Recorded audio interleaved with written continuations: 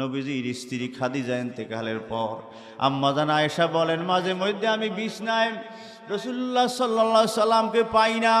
মাঝে মধ্যে তালাশ করি, তালাশ করতে করতে করতে গিয়ে দেখি খাদিজার কবরের কাছে নবীজি দাঁড়ানো।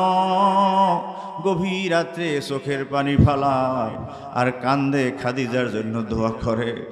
আম্মা জান আয়েশা বলেন, আপনি একজন বুড়ি মহিলাকে বিবাহ করে সেই মহিলাকে মোরে ভুলতেই পারেন না। নবীজি কান্দেন আর বলেন, আয়েশা, খাদিজা সম্পর্কে এইভাবে মন্তব্য করবা না। আমার খাদিজা যেই সময় আমার সাথী হিসাবে থাকতো, আমার খাদিজা যেই সময় আমার সহযোগিতা করতো, নুসরাত করতো, সাহায্য করতো, আমার খাদিজা ছিল আমার দুঃখের দিনের স্ত্রী, আর তোমরা হইলে আমার সুখের সময়ের স্ত্রী। কথা ঠিক না বেঠিক? নবীজি খাদিজার জন্য চোখের পানি ফালাইতেন। মাঝে মধ্যে বলতেন, খাদিজা তুমি তো কিছুই চাও না, তোমার কি আনন্দ ফুর্তি নাই? ভালো একটা দামি কাপড় চুপুরের দাবি করো না, স্বর্ণের জিনিসের কোনো দাবি করো না। খাদিজা বলেন, ইয়া রাসূলুল্লাহ, ইয়া হাবিবাল্লাহ, আমি আপনার কাছে কিছু চাই না, আমার একটা দাবি আছে। কি তোমার দাবি? বলে, আমার একটা দাবিটা হলো আমি ইন্তেকালের পর আপনার জামাটা দিয়ে আমার কাফনের ব্যবস্থা করে দেবে। কবরে রাখলে আপনার এই জামার বরকতে কবর আযাব আমার হবে না। সুবহানাল্লাহ। কি তার টান স্বামীর উপরে, কি তার ভালোবাসা মহব্বত! বলেন, ইয়া রাসূলুল্লাহ, ইয়া হাবিবাল্লাহ, কবরে রাখার পর মুনকার নাকিরের সুয়ালের জবাব আপনি আমার পক্ষ থেকে দিয়ে দেবেন। খাদিজা রাদিয়াল্লাহু তাআলা আনহা ইন্তেকাল করার পর, দাফনের পর নবীজি কবরের পাশে বসা, খাদিজার প্রশ্নের জবাব দিয়ে দেবেন। জিবরিল আমিন হাজির হয়েছেন, ইয়া রাসূলুল্লাহ, ইয়া হাবিবাল্লাহ, গভীর সময় হয়ে গেছে, অনেক সময় হয়ে গিয়েছে, এখনো আপনি কবরের পাশে কেন বসা? বলে, আমি খাদিজাকে কথা দিয়েছিলাম তার কবরের প্রশ্নের জবাব দিয়ে দেওয়ার জন্য আমি বসা। জিবরিল আমিন বলেন, হুজুর, খাদিজার উপরে আল্লাহ রব্বুল আলামিন এত খুশি, আপনার প্রশ্নের জবাব দেওয়া লাগবে না, খাদিজার প্রশ্নের জবাব স্বয়ং আল্লাহ রব্বুল আলামিন দিয়েছে। এই জন্য বাংলা একটা কবিতা আপনারা পড়েছেন, এমন জীবন তুমি করিবে গঠন, মরণে হাসিবে তুমি, কাঁদিবে ভুবন। এ কবিতার লাইনটা সবাই মুখস্থ আছে, কথা ঠিক নেই, আমার সাথে পড়েন পারলে একটু সুর দিয়া। এমন জীবন তুমি করিবে গঠন, মরণে হাসিবে তুমি, কাঁদিবে ভুবন।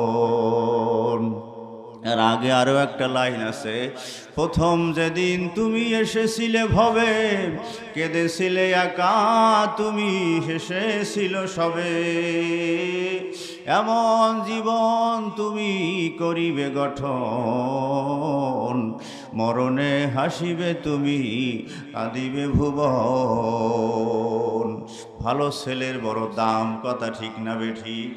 ভালো মেয়ের বড় দাম, ভালো পুত্রবধূর বড় দাম। যেই ঘরে ভালো একজন পুত্রবধূ থাকে, ওই ঘরে অশান্তি থাকে না। অনেক সময় দেখেছি অনেক ফ্যামিলিতে জামাই হইল ধনী মানুষ, শ্বশুর শাশুড়ি গরিব। ঈদের সময় নিয়মে দেখা যায় শ্বশুর শাশুড়ি জামাইজনকে কাপড় চুপড় দেয়, মেরে দেয়, নাতি নাতকুদেরকে দেয়, কিন্তু গরিব শ্বশুর শাশুড়ি জামাইরে কিছু দিতে পারে নাই। উল্টা জামাই ঈদের সময় শ্বশুরের জন্য, শাশুড়ির জন্য, ছোট ছোট শালা শালিদের জন্য কাপড় নিয়ে হাজির হয়। আছে কিনা দুই এক জায়গায়? শ্বশুর কাপড় চুপড় হাতে নিয়ে কান্দে, ডাক দিয়া বলে, দুলা মেয়া, আমাদের বরিশালে দুলা মেয়া বলে, এদিকে বলে নাকি? দুলা মেয়া, আপনি কাপড় চুপড় নিয়ে আসছেন, আমি গরিব মানুষ, আমি তো কিছু দিতে পারলাম না। শ্বশুর শাশুড়ি চোখের পানি ফালায়, এলে দোয়া করার আপনার চোখের পানি। জামাই ডাক দিয়ে বলে, আব্বা আপনি কি দেবেন? এমন একটা স্বর্ণের মানুষ আমার হাতে দিয়ে দিয়েছেন। 16 বছর, 18 বছর, 20 বছর, 22 বছর লালন পালন করে আপনার কলিজার টুকরা মেয়ে সন্তানটাকে আমার হাতেই তো আপনি দিয়ে দিয়েছেন। আব্বা আপনি এমন একটা ভালো মানুষ দান করেছেন, আপনার মেয়ে আমার বাড়ি যাওয়ার পর আমার দুনিয়ার কোনো অভাব নাই। আলহামদুলিল্লাহ বলে, আহ কি সুন্দর কথা। বলে, আব্বা আপনার মেয়ে বাড়ি যাওয়ার পর আমার শ্বশুর শাশুড়ি, আমার আব্বা আম্মা, আমার স্ত্রীর উপরে খুশি, আমার ভাই বোনরা খুশি, এমনকি আশেপাশে প্রতিবেশী যারা আছে তারাও খুশি। অনেক সময় তারা বলা বলি করে, তোমরা মেয়ে হইছো অমুক বউর মতো হইতে পারো না, তোমার বউ হইছো তোমরা অমুক বাড়ির বউর মতো কি তোমরা হইতে পারো না, এরকম বলা বলি করে কি করে না? ওই ভালো পুত্রবধূ যদি হও, দেখবা এলাকার লোকজনও তোমাকে ভুলবে না।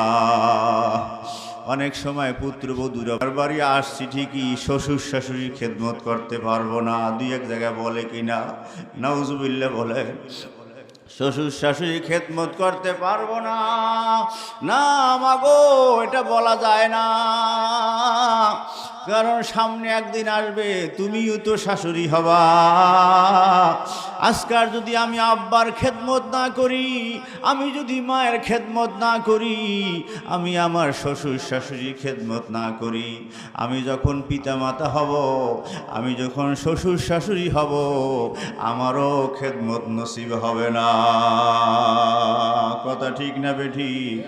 আরবিতে বলা হয় কামা তাদিনু তুদানু, উর্দুতে বলা হয় যেইসা করেগা ওইসা ভরেগা। বাংলা হলো যেমন কর্ম তেমন ফল। কথা ঠিক নি? আমি যদি ভালো আচরণ করি, আমার জন্য আল্লাহ ভালো আচরণের ব্যবস্থা করেই দেবেন। আমি দেখেছি আমার শাশুড়ি, আমার দাদি শাশুড়ি একাধারে 7 বছর বিছনায় ছিলেন। আমার শাশুড়ি খেদমত করতেন বেশি। আমার দাদি শাশুড়ি মাঝে মধ্যে বলতেন, বৌমা তুমি আমার ছোট বউ, আমার তো আরো 2 বউ আছে, তারা তো তেমন আসে না, তুমি আমার পায়খানা পেশাব পরিষ্কার করো। বৌমা, বুড়া মানুষের পায়খানা পেশাব একটু গন্ধ বেশি হয়, তুমি কোনো আপনার সব সময় আমার পরিষ্কার করো, খেদমত করো। বৌমা আমি দোয়া করি, তোমারও যদি কোনো সময়ের খেদমতের প্রয়োজন হয়, আল্লাহ পাক যেন তোমার খাদেমের ব্যবস্থা করে দেয়। আমার শাশুড়ি এখনো আছে, এখনো বেড়াইতে গেলে দুলামিয়া জামা কাপড় খুললে দেন, আমি ধুইয়ে দিই। আম্মা আপনি বুড়ো হয়েছেন, এখনো আমার জামা কাপড় ধুইতে পারবেন? বলে পারবো। দোয়া করেন আলেমের খেদমত যদি করতে করতে দুনিয়া থেকে বিদায় হইতে পারি। এখনো এত ভালো মানুষ, এত ভালো আচরণের মানুষ আমার নজরে পড়ে না। এত ভালো আচরণের মানুষ, ওই যে আপনার এমন জীবন তুমি করিবে গঠন, মরণে হাসিবে তুমি কাঁদিবে ভুবন। বউ আর শাশুড়ি একসাথে গোসল করতেছে। শাশুড়ি আম্মা বলতেছে, বৌমা আমার পিঠে একটু সাবান দিয়া ডলা দিয়ে দাও। বউ আপনার সাবান দিতে যায়, সাবান দিতে পারে না। কি শাশুড়ি বলতেছে, বৌমা কেন তুমি সাবান লাগাও না? বলে, আম্মা আমি যখনই হাত দিতে আপনার হাত দিয়া ডলা দিতে যাই, সাবান লাগাইতে যাই, আমার পাও উঁচু হয়ে যায়, জেগে যায়। 2-3 বার আমি যেই হাত দিই পাও জেগে যায়, ব্যাপার তো বুঝলাম না। শাশুড়ি কান্দে আর চোখের পানি ফলায় আর ডাক দিয়া বলে, বৌমা এটা আমার পাও না। নাউজুবিল্লাহ পড়ে। কেন আম্মা এ কথা বলেন কেন? বলে, আমি আমার শাশুড়ির এই পাও দিয়া লাথি মারসালাম, তোমার হাত আমার পিঠে লাগবে না বৌমা, তোমার পাও দিয়া আমার পিঠে একটা লাথি মারো। ওই যে বলেছি, যেমন কর্ম তেমন ফল, যেইসা করে গা ওইসা ভরে গা, কামাতা দিনু তুদানু। আমি যদি আজকার ভালো মানুষ হই, ভালো অন্যের খেদমত করি, আমার খেদমতের অভাব হবে না। কথা ঠিক না বে ঠিক?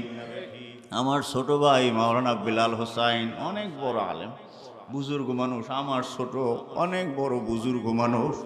তার একটা ছেলে, 4টা মেয়ে। ছেলেটা আপনার এই কয়েক বছর আগে দুনিয়া থেকে বিদায় হয়েছে, কেবল 9 বছর বয়স।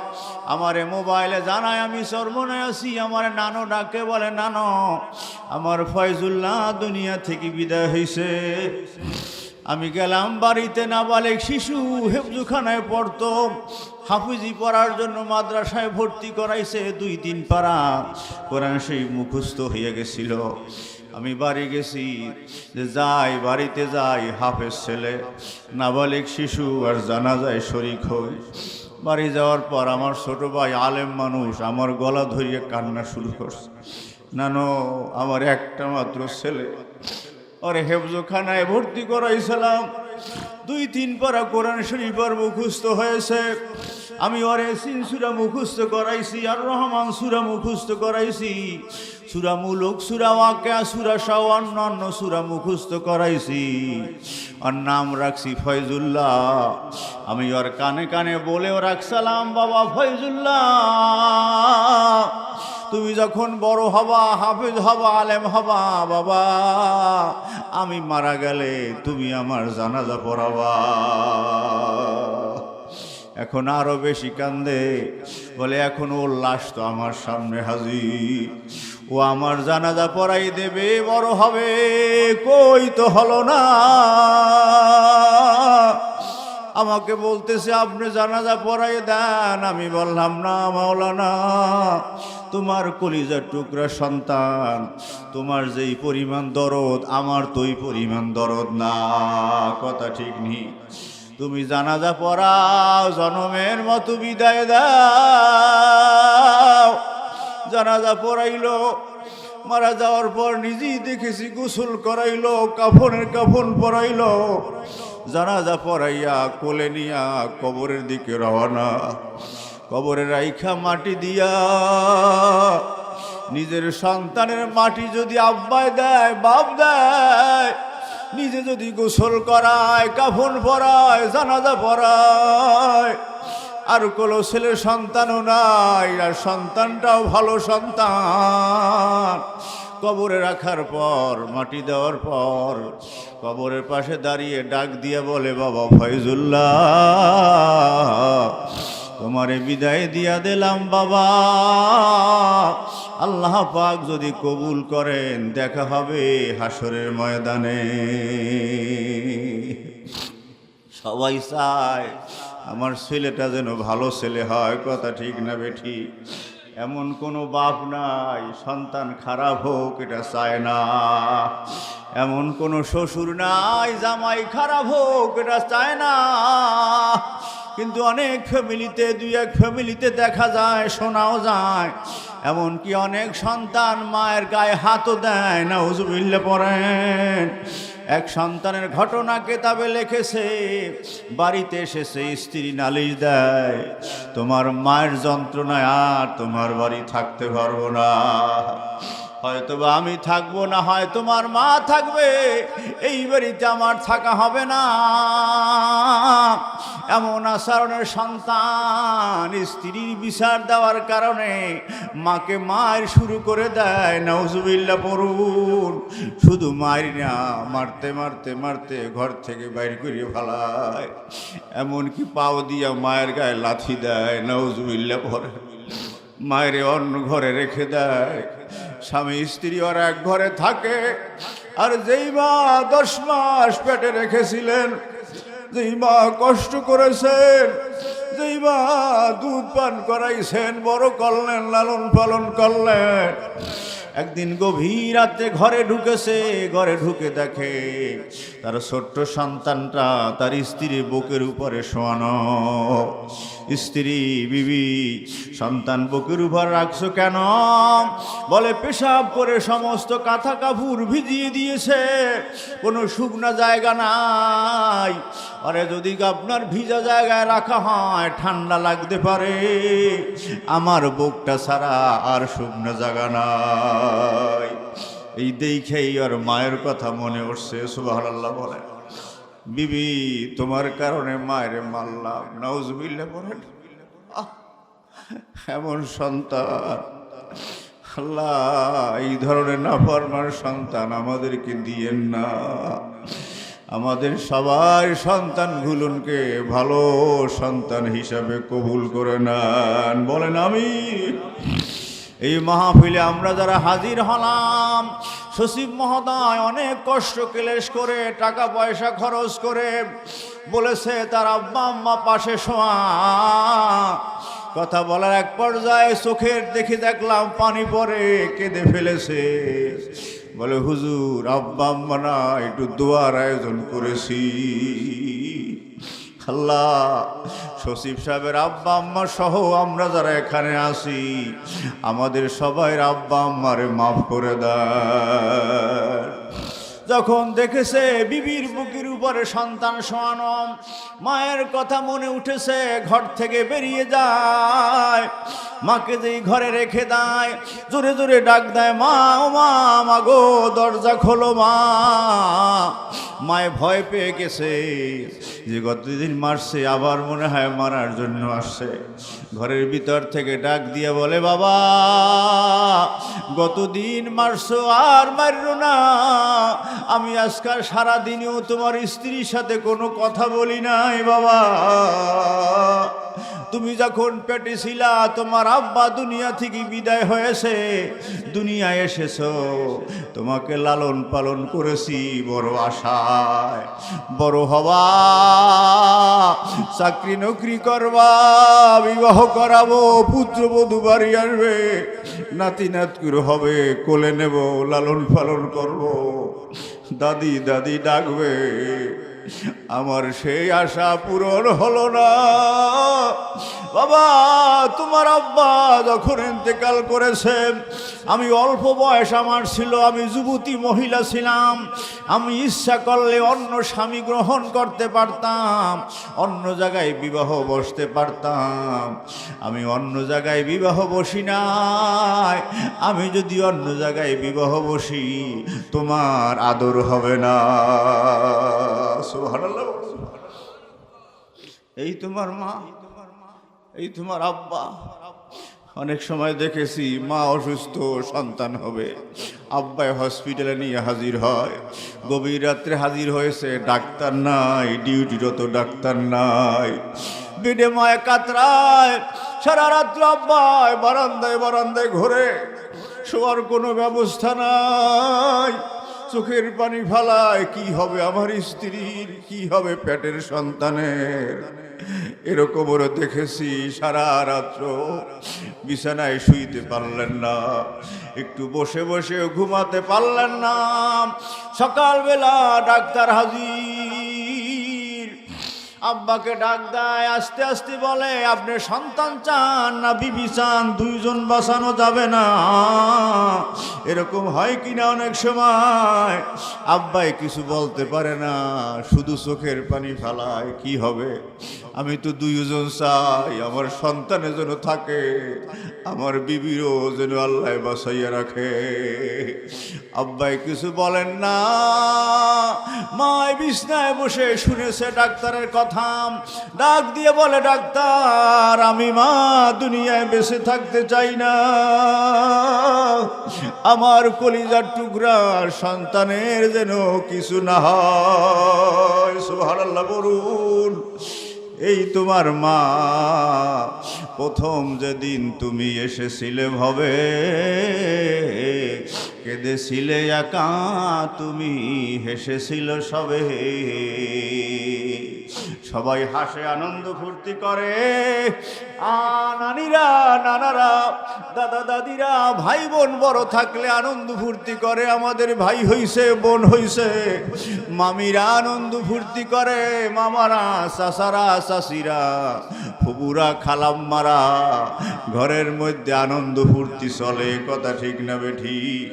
একটা মানুষ অসুস্থ, একটা মানুষ উঠতে পারে না, কাপড় দিয়া ঢাকা, সেই মানুষটা হইলেন তোমার আমার মা। মা এই কষ্টের মধ্যেও নানিরে ডাক দেয়, ও মা, মাগো আমার কি সন্তান হয়েছে মা, আমাকে একটু কোলে দাও মাগো, আমি একটু দেখি। মায় কোলে নিয়ে চোখের পানি ফেলায়, কান্দে। বাবা 10টা মাস পর্যন্ত পেট ভরে কোনো খানাও খাইতে পারি না, দোয়া করে আল্লাহর কাছে, আল্লাহ আমার সন্তানের বাঁচাইয়া রাখো।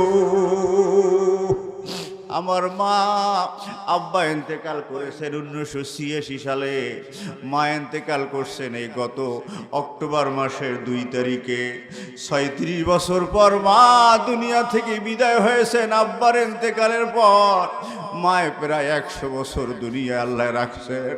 এই বুড়া বয়সেও বাড়িতে যখন যাইতাম, মা বলতেন আমার পাশে একটু বসো।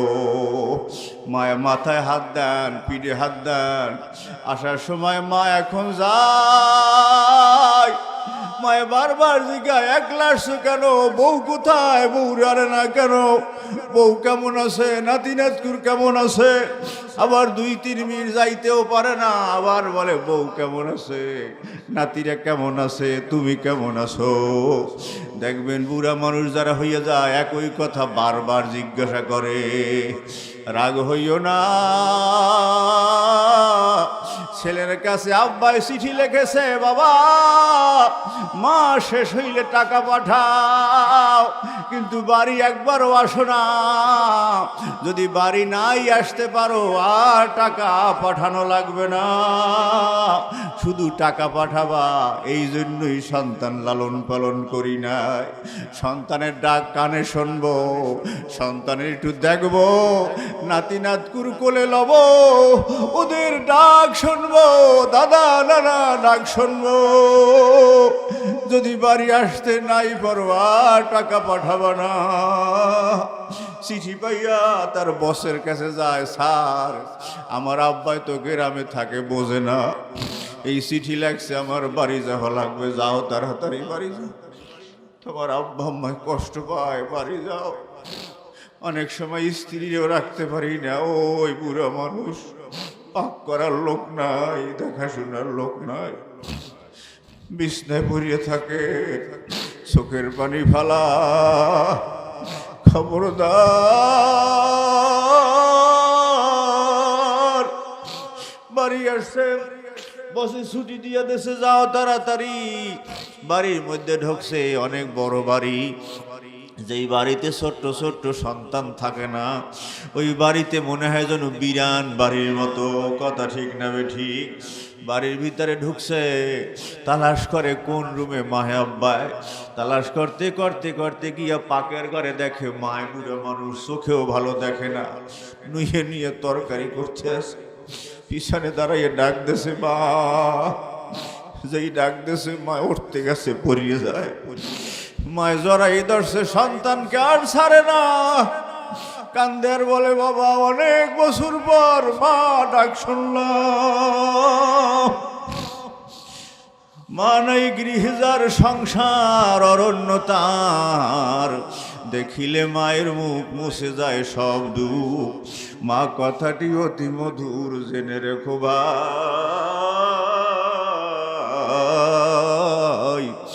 মায়ের মতন আপন মানুষ আর আব্বার মতো আপন মানুষ ত্রিভুবনে আর নাই। দেখবেন দূরে থেকে আসলে সবাই দেখে কি আছে আমার আব্বায়, কি আছে আমার মুখে, কিন্তু মায় বলে, বাবা মায় কিছু দেখে না, চেহারার দিক বারবার তাকায়। তুমি কালা হয়ে গেছো আগের চাইতে, তুমি আগের চাইতে শুকিয়ে গেছো, কোন সময় খাইছো, কোন সময় খাইছো, রওনা দেছো কোন সময়। মায় দেখে আমার সন্তান কেমন আছে,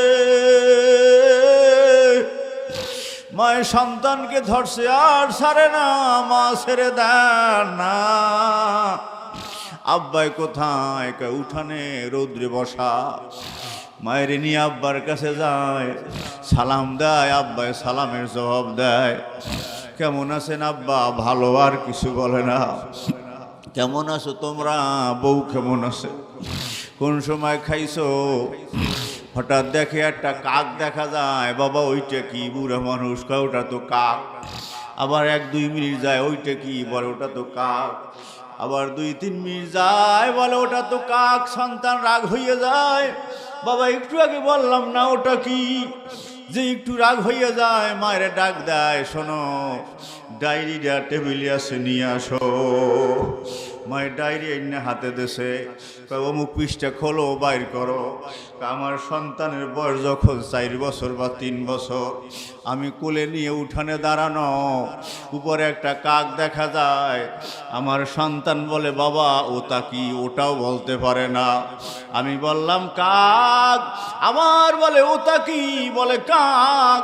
এভাবে 20 বার বা 16 বার লেখা, 16 বার বা 20 বার জিজ্ঞাসা করেছে আব্বা ওটা কি? ওটা কাক। আমি রাগ করলাম না, কোলের থেকে ফেলে দিলাম না। আজকাল 3 বার কথা জিজ্ঞাসা করার সাথে সাথে রাগ হইয়া যা না। খবরদার, আজকের এখানে যারা আমরা সন্তানরা হাজির হয়েছি, বাবু সন্তান হব, ভালো সন্তান হব। আমার এই বয়ান, কবিতার এই লাইনটাই আমার বয়ান। এমন জীবন তুমি করিবে গঠন। পরের সবাই আবার এমন জীবন তুমি করিবে গঠন। মরণে হাসিবে তুমি, কাঁদিবে ভুবন।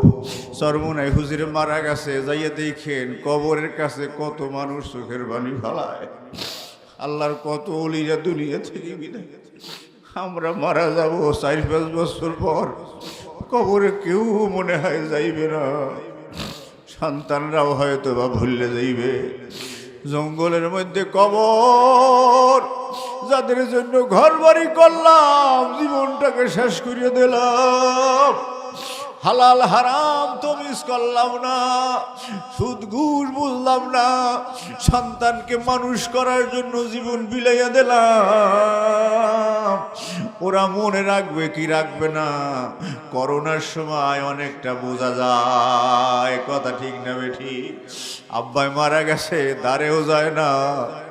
মায়ে মারা গেছে, জানাজায়ও যায় না। নাউজুবিল্লাহ পড়ে। এই সন্তানের দিয়ে কোনো কিছু আশা করা যায় না। এই জন্য ছেলেরা, আমার বয়ান হইল ছেলে হও ভালো ছেলে হও, মেয়ে হও ভালো মেয়ে হও, পুত্রবধূ হও ভালো পুত্রবধূ হও, উস্তাদ হও ভালো উস্তাদ হও, ছাত্র হও ভালো ছাত্র হও। আমার অনেক ছাত্র দুনিয়া থেকে বিদায় হয়েছে। এক ছাত্র আব্বা, ও মারা যাওয়ার পর 1 বছর পর ফোন করে, হুজুর আমার ছেলের লাশটা এখনো কবরে কাফনের কাপড় সহ তাজা দেখা যায়। হুজুর আমার 2টা ছেলে 1 বছর পর পর মারা যায়। আমার কোনো ছেলেও নাই, মেয়েও নাই। আমার বড় ছেলে চরমোনাই মাদ্রাসায় পড়তো, বাড়ি আসলে ওর মায়ের কাছেই থাকতো বেশি।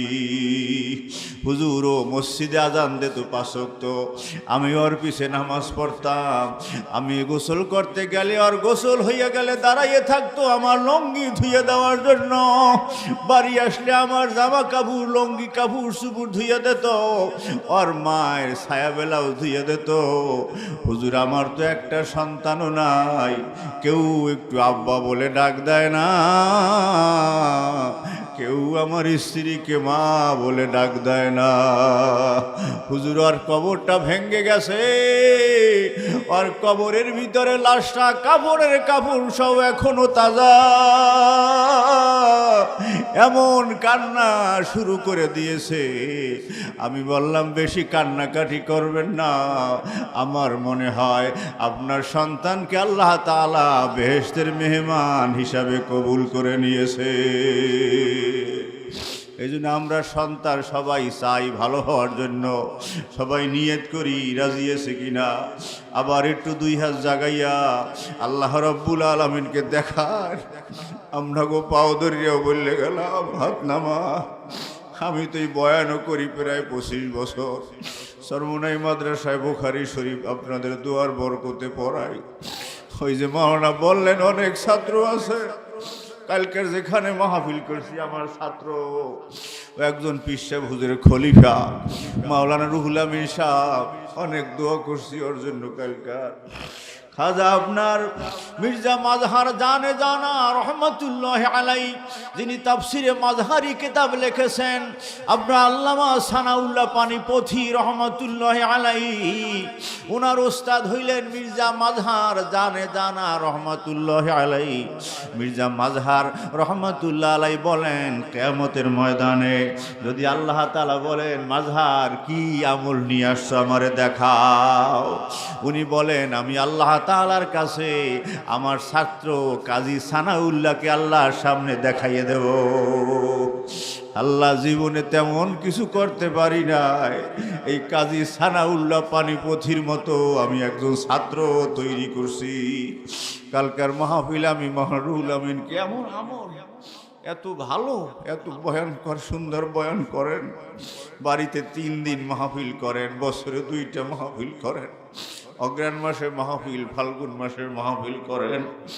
আল্লাহ এখানে যারা আমরা হাজির হয়েছি সবাই আপনি কবুল করিয়া নেন, আমাদের সন্তানদেরকে কবুল করে নেন, আমাদের মেয়েদেরকে মা বোনদেরকে কবুল করে নেন, সবার সংসারে সুখ শান্তির ফয়সালা করে দেন। সচিব সাহেবের আব্বা আম্মা সহ আমাদের যাদের আব্বা আম্মা নাই তাদেরকে জান্নাতুল ফেরদাউসের মেহমান বানাইয়া নেন। সবাই এখন নামাজের সূরাতে বসেন, হাঁটু ভেঙ্গে বসেন, একটু তওবা করিয়ে যাই, আর গুনাহ করব না, আর অন্যায় করব না, ছোট গুনাহ করব না, বড় গুনাহ করব না, ছোট নেকি ছাড়ব না, বড় নেকিও ছাড়ব না। বলেন আমার সাথে, ছোট গুনাহ করব না, বড় গুনাহ করব না, ছোট নেকি ছাড়ব না, বড় নেকিও ছাড়ব না।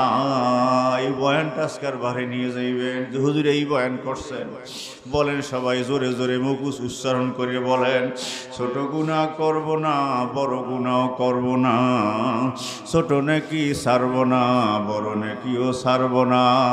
গুনাহ যদি হয়ে যায়, নেকি যদি ছুটে যায়, আবার বলুন, গুনাহ যদি হয়ে যায়, নেকি যদি ছুটে যায়, সাথে সাথে তওবা করব, ইস্তেগফার করব, আল্লাহ রাব্বুল আলামিনকে রাজি খুশি করে নেব।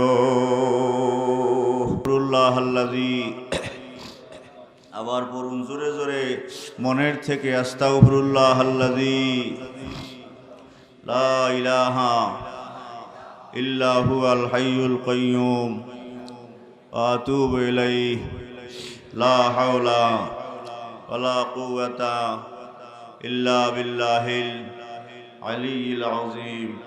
ইয়া আল্লাহ, জোরে বলি ইয়া আল্লাহ, আমি তওবা করতেছি সগীরা কবীরা শিরকি বিদআতি জানা অজানা জাহেরা বাতেনা সমস্ত গুনাহ থেকে তওবা করতেছি।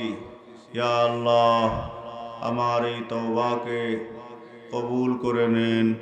লা ইলাহা ইল্লাল্লাহু মুহাম্মাদুর রাসূলুল্লাহ। আশহাদু আল্লা ইলাহা ইল্লাল্লাহু ওয়াহদাহু লা শারীকা লাহু ওয়া আশহাদু আন্না মুহাম্মাদান আবদুহু ওয়া রাসূলুহু। সবাই দুরূদ শরীফ পড়ুন। আল্লাহুম্মা সাল্লি আলা সাইয়্যিদিনা ওয়া নাবিয়িনা وشفيعنا وحبيبنا ومولانا محمد صلى الله عليه وعلى آله وصحبه وبارك وسلم. اللهم صل على سيدنا ونبينا وشفيعنا وحبيبنا ومولانا محمد صلى الله عليه وعلى آله وأصحابه وبارك وسلم. قرن شبي اللهم صل على سيدنا ونبينا وشفيعنا وحبيبنا ومولانا محمد صلى الله عليه وعلى آله وصحبه وبارك وسلم. ভাইরা, একটু পরে আমরা মোনাজাত করব। সবাই আপনারা এই মাহফিল আয়োজন করেছেন, আল্লাহ পাক যেন এই মাহফিলকে কবুল করে। আর এই মাদ্রাসার আপনার মাওলানা ইব্রাহিম সাহেব যে মাদ্রাসায় পড়ান, উস্তাদরা আছেন, এখানে পাশেই একটা মাদ্রাসা আছে, আপনারা মাদ্রাসার দিকে খেয়াল রেখেন, সন্তানদেরকে ওখানে দিবেন লেখাপড়া করার জন্য। ছেলেদেরকে হাফেজা নূতন হেফজখানাও চালু করার কথা, ওখানে হেফজখানায় ভর্তি করাবার ব্যবস্থা করবেন। আর যারা যুবক আছো, আজকার আমার মাহফিল যারা তোমরা বসেছ, সবাই নিয়ত করো আজকার থেকে আর অন্যায় করব না, নামাজ ছাড়বো না। কি সবাই রাজি আছে তো ইনশাআল্লাহ? যুবক ছেলেরা দাঁড়াও দেখি, কারা কারা রাজি আছে একটু দাঁড়াও দেখি। যুবকরা দাঁড়াও, তোমাকেও বলতেছি, যুবকরা দাঁড়াও, হাস্য না, একটু দাঁড়াও, মুখটা বেজার রাখো, মনে মনে নিয়ত করিয়ে ফেলাও, আর নামাজ ছাড়বো না, রোজা ছাড়বো না, আর দাড়ি কামাবো না, আর বিড়ি সিগারেট পান করবো না, আর মায়ের আব্বারে কষ্ট দেব না, আর নেশায় যাব না, আর গুনার কাছে যাব না। আল্লাহ, যারা যুবকরা দাঁড়াইছে এদেরকে কবুল করে নেন, বলেন আমিন। আল্লাহ, অনেক ছেলেরা বেকার আছে, ওদের কর্মসংস্থানের ব্যবস্থা করে দেন, বলেন আমিন। অনেক ছেলে ফেলে বিদেশে যাইতে চায়, যাওয়ার তৌফিক দেন, বলেন আমিন। মাতা পিতার কাছে সন্তানদেরকে চোখ জুড়ানো সন্তান হিসাবে কবুল করে নেন, বলেন আমিন। বসো বাবাজিরা, এখনই দোয়া হবে, সবাই দোয়ায় শরীক হই। আজকের এই মাহফিলকে যেন আল্লাহ কবুল করে নেয়। টাকা পয়সা দিয়া, শ্রম দিয়া, সময় দিয়া, আমাদের সচিব মহোদয় সাহেব সবাইকে নিয়া আজকের এই মাহফিলের আয়োজন করলেন। সবাই টাকা পয়সা, শ্রম যেন আল্লাহ কবুল করে নেয়। আল্লাহুম্মা আমিন। আলহামদুলিল্লাহি রাব্বিল আলামিন, আসসালাতু ওয়াসসালামু আলা সাইয়্যিদিল আমবিয়া ওয়াল মুরসালিন ওয়া আলা আলিহি ওয়া আসহাবিহি আজমাইন। আল্লাহ, মাহফিল শেষ হয়ে গেল। আল্লাহ, আপনার শাহী দুয়ারে, আপনার শাহী দুয়ারে আল্লাহ,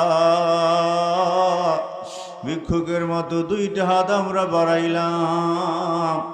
আমাদের মাঝে অনেক আলেম ওলামারা হাজির হয়েছেন, বিভিন্ন আল্লাহ মসজিদের ইমাম সাহেবরা হাজির হয়েছেন, অনেক দাড়ি পাকা মুরব্বীরা আমাদের সাথে আছেন। আল্লাহ, অনেক হাজি সাহেবরা আমাদের সাথে হাত বাড়িয়েছেন। যুবক ছেলেরা দাড়ি ওয়াদা করেছে, আর নামাজ ছাড়বে না, রোজা ছাড়বে না, দাড়ি কামাবে না, বিড়ি সিগারেট পান করবে না, নেশায় যাবে না, খারাপ আড্ডায় যাবে না। আল্লাহ, ওদেরকে নিয়া, পর্দার মধ্যে মা বোনদেরকে নিয়া আমাদের কাছে আল্লাহ, আমাদের সাথে অনেক সন্তানরাও আছে আল্লাহ, নাবালেগ শিশু, ওরা মাসুম সন্তান, ওদেরকে নিয়া আপনার শাহী দুয়ারে আল্লাহ ভিক্ষুকে নাই দুইটা হাত বাড়াইলাম। জীবন ভর গুনাহ করেছি, পাপ করেছি, অন্যায় করেছি, খতা কসুর করেছি, নাফরমানি করেছি। আজকের এই মাহফিলে আপনার শাহী দুয়ারে মাফ চাই, ক্ষমা চাই। আল্লাহ, দয়া করে জীবনের সব গুনাহ খতা মাফ করে দেন। আল্লাহ, যে কয়দিন এই দুনিয়ায় বাঁচাইয়া রাখবেন, ইমানের সাথে, ইজ্জতের সাথে, সুস্বাস্থ্যের সাথে বাঁচাইয়া রাখিয়েন। কঠিন কোনো রোগ ব্যাধি দিয়েন না, কঠিন কোনো পরীক্ষা আমাদের থেকে নিয়েন না, অসুখ বেসুখ দিয়া বিছানায় পঙ্গু করে ফেলাইয়া রাখবেন না, দুনিয়ার মানুষের মুখাপেক্ষী বানাইয়া রাখবেন না, সন্তানদের কাছে, আত্মীয় স্বজনদের কাছে বোঝা বানাইয়া রাখবেন না। যে কয়দিন রাখেন সুস্থ রাখিয়ে, ইমানের সাথে রাখিয়ে, আল্লাহ ঈমান নিয়া দুনিয়া থেকে বিদায় হওয়ার তৌফিক দিয়েন আল্লাহ। এই মাহফিলে আমরা অনেকেই আছি, মাও নাই বাবু নাই, অনেকে আছি একজন আছে একজন নাই, অনেকে আছে দুইজন আছে। আল্লাহ, যেই মায়ের পেটে আমরা 10 মাস 10 দিন ছিলাম, যেই মায়ের বুকের দুধ চুষে চুষে খেয়ে বড় হইলাম, যেই মায়ের কোলে কাহে কত পায়খানা পেশাব করছি, যত গভীর রাত্রে বাড়ি গেছি, মা ও মা মাগো, সবাই ঘুমায়, কেউ জবাব দেয় না, কেউ সজাগ হয় না। পরীক্ষা করিয়া দেখে ওই বুড়া মানুষটার সজাগ। বাবা একটু দাঁড়াও, দরজা খুলি। সন্তান যদি নিজের শরীরে চামড়া দিয়াও মায়ের আব্বার পায়ের জুতাও বানাইয়া দাও, তাতেও মায়ের দুধের হক আদায় করা কোনোদিন সন্তানের পক্ষে সম্ভব হবে না। বিদেশে বিরাজে যার সন্তান মারা যায়, পশু পাখি জানার আগে জানে আমার মা। আল্লাহ মায়ের আব্বারে মাফ করে দেন। এলাকায় যত কবরস্থান আছে যারা ঈমান নিয়ে শুয়ে রয়েছে, মাফ করে দেন। এই মাহফিলের উসিলায় সারা দুনিয়ার মাটি নিচে যত মুমিন মুমিনা শুয়ে রয়েছে, মাফ করে দেন। অনেকেই দোয়া চেয়েছে, সচিব মহোদয় মা বাপের জন্য দোয়া চেয়েছে। মাওলানা ইব্রাহিম খলিল আল্লাহ বারবার দোয়ার কথা বলেছে, আল্লাহ মাওলানারে কবুল করে না। আল্লাহ যত হাজার জরুরত আছে পুরা করে দাও। আল্লাহ যারা আমরা হাজির হয়েছি, আল্লাহ সবাই দিলের নেক মাকাসেদ গুলা পুরা করে দাও। যারা ব্যবসা করে ব্যবসায় বরকত দান, যারা চাকরি নকরি করে হালাল পয়সায় বরকত দান, যারা কৃষি খামার করে কৃষি খামারে বরকত দান, যারা রিক্সা চালায় ভ্যান চালায় গাড়ি চালায় পরের বাড়ি বদলা দেয়, গরিব মানুষ অল্প পয়সায় বরকত দান। আল্লাহ অনেক ছেলে ফেলে আছে, চাকরিও নাই ব্যবসাও নাই, ওদের কর্মসংস্থানের ব্যবস্থা করে দেন। অনেক ছেলে ফেলে বিদেশে যাইতে চায়, যাওয়ার তৌফিক দান। মা বোনরা যারা হাত উঁচু করেছে কবুল করে নেন। যাদের সন্তান নাই সন্তানের ব্যবস্থা করে দেন। যাদের ঘরে আল্লাহ বড় ছেলে মেয়ে আছে বিবাহের ব্যবস্থা করে দেন। যারা অভাব অনাটন আছে অভাব অনাটন দূর করে দেন। যারা ঋণগ্রস্ত আছে ঋণ পরিশোধের তৌফিক দান। যারা অসুখে আছে অসুখ ভালো করে দেন। আল্লাহ সবাইরে হজে যাওয়ার তৌফিক দিয়ে আল্লাহ। আপনারাও বলেন, যার যার মনে চায় দোয়া করেন, নিজের দোয়া নিজে করেন। আল্লাহ হয়তো বা ফিরাইয়া দেবেন না। আল্লাহ আমরা যা চাইছি তা দেন, যা চাইতে পারি নাই তাও আপনি দেন। اللهم وفقنا لما تحب وترضى به من القول والفعل والعمل والنية إنك على كل شيء قدير رب ارحمهما كما ربياني صغيرا পড়ুন সবাই رب ارحمهما كما ربياني صغيرا আবার পড়ুন رب ارحمهما كما ربياني صغيرا আবার পড়ুন رب ارحمهما كما ربياني صغيرا اللهم إنا نسألك من خير ما سألك به نبيك محمد صلى الله عليه وسلم ونعوذ بك من شر ما استعاذ منه نبيك محمد صلى الله عليه وسلم وأنت المستعان عليك البلاغ ولا حول ولا قوة إلا بالله اللهم اغفر لنا ولوالدينا ولأستاذنا ولشيخنا ولمشايخنا ولأحبابنا ولزيراننا ولعشيرتنا ولمن له حق علينا ولمن أوصانا للدعاء إليك ولجميع المؤمنين والمؤمنات والمسلمين والمسلمات الأحياء منهم والأموات إنك مجيب الدعوات. وصلى الله تعالى على خير خلقه محمد وآله وأصحابه وأزواجه وذرياته وأتباعه وأممه أجمعين، أرحمنا معهم. سبحان ربك رب العزة عما يصفون، سلام على المرسلين، الحمد لله رب العالمين.